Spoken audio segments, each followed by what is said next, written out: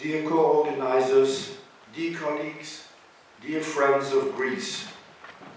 The present Hesperos conference, hosted by the University of Ioannina, the 16th in the series of international Aegean conferences, has just begun today, 30 years after the first one, the Thanatos conference held at the University of Liège in 1986.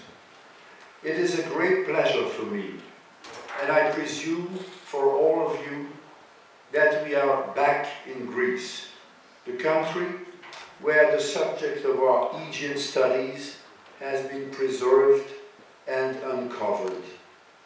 The choice of the city of Ioannina and of its renowned university seems to me particularly suited for the topic of the conference. Being at the western shores of the Aegean, in a part of present-day Greece that has been widely open to contacts with and influences from the central and western Mediterranean during the 3rd and the 2nd millennia BC. The co-organizers of Hesperos had this location in mind when first suggesting the topic and the venue, as well as the historic consequences of this situation and the marks it has left on the archaeological record. And they had that situation in mind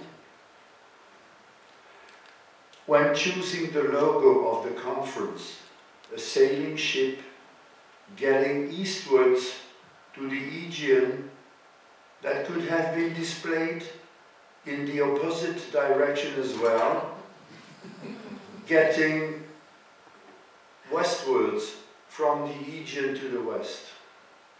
I'd like to express my deepest thanks to Andreas Vlachopoulos, who first suggested the idea of the conference to Ioannina 2 years ago at the previous Metaphysics conference in Vienna, to express my gratitude to Yanos Loros and to Michalis Fotiadis.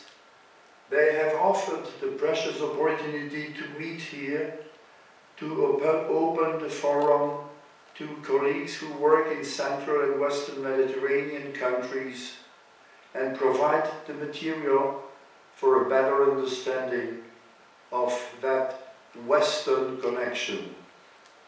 Andreas, Janos, Michalis have done an impressive work to make Hesperos a reality and a success, I hope.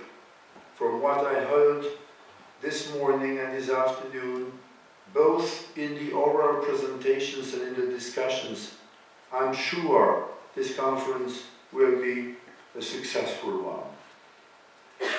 I'd like also to thank the University of Ioannina, and you especially, Mr. Rector, for putting at disposal these wonderful premises of the Kahoros Papoulias Conference Center and for offering generous support to the organization of Hesperos. Our thanks are due also to the Department of History and Archaeology for a perfect organization. And I have finally to thank you all for accepting the invitation to attend Hesperos and to contribute by delivering oral presentations or by displaying posters or simply by taking part in the discussions. I feel the present session of recognition not as paying homage to my own person only. It has to be understood rather as a tribute to the community of Aegeanists to which I've been trying during those 30 years to give forums for discussion. It has to be understood further as a tribute to the colleagues who have accepted to host the successive conferences in their universities abroad, in chronological order, Janice Crowley, Wolf-Dietrich Niemeyer, Philip Bettencourt, the late Robin Hegg, Karen Foster, Emmanuel Greco, Sarah Morris, Louise Hitchcock, who is present today in the audience, Marie-Louise Noche, Gilles Touchet, Françoise Rougemont, Eva Alram-Stern, Fritz Blackholm, also present, Siegfried Dege-Jakotzi, and Jörg Weilhartner. It has finally to be understood as a tribute to the faithful support that the conferences have received from various institutions, a support that has increased over the years.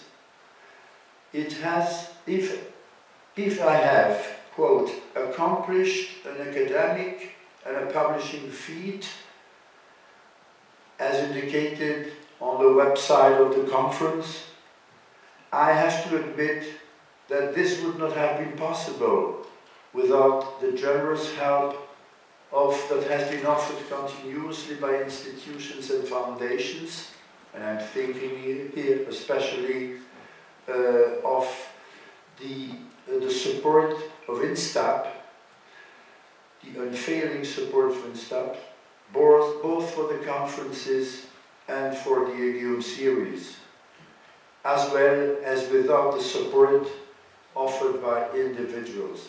Without the huge contribution and help from all of them, nothing would have existed. I intended to make this quite clear when looking at what has been done in the last 30 years. I begin the following overview of the 15 previous conferences with a confession. When sending the announcement of the first edition in 1984, I was expecting to be able to initiate a succession of meetings intended to recur every 2 years, at a time when the financial means at disposal were already limited, but no doubt much better than they are at present. To be considered a recurring organization, the future series had to be designated as such, and the name that was chosen, the Rencontre Aegean Internationale, the REI, was clearly inspired by the then famous Rencontre Assyriologique Internationale. From the very beginning also, the meetings had to be associated with a collection of publications for the diffusion of their proceedings. This is the origin of the Aegean series. It has been originally created as a complement to the REI, and that have since been open to monographies as well.